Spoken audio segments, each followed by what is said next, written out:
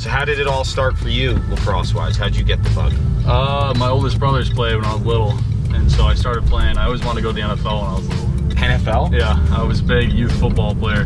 What position? Running back, believe it or not. Really? I would have pegged you as a quarterback or wide receiver. Yeah, no, hands are too small. How big are they, you say? Tiny.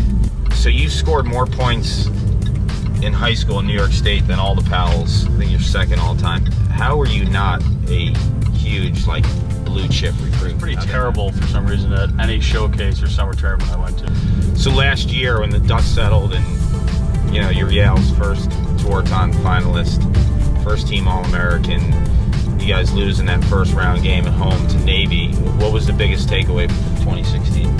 Just what I could potentially do and what this team could potentially do, because to be honest, I've never really thought of myself as an incredible lacrosse player, nor did I think of myself as I never imagined being on a team that would be playing in the NCAA tournament. Coach Shea told me that your overall work ethic is borderline psychotic, in a good way. Yeah. That's a compliment.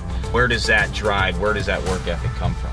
I've always thought just, obviously you need some talent to be able to proceed in something, but I think hard work is really what separates the talented from the best.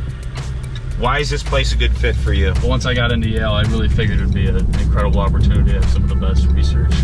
Your major, yeah. I looked at it, it's long. What's the actual molecular, cellular, and developmental biology. Jeez. So that's the science building. All these are, yeah. So after a day's hard work, you'll hit a food truck? Typically this one right over here with the tent.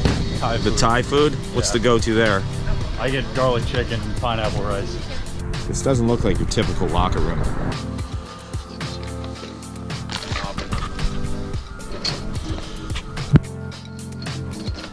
It's your sweet spot. So thanks to how lanky I am, I can actually kind of keep the stick away and get a good shot on, even if he's right on my hip, so that's kind of my go-to.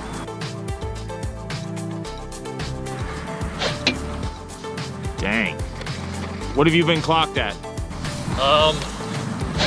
Earlier this year I was 105. The prettier shot each round wins. It's a 3-round battle. Now you hit the pipe. It's Round goal. one me? Yeah. Jeez. All right. Old man up 2. 2.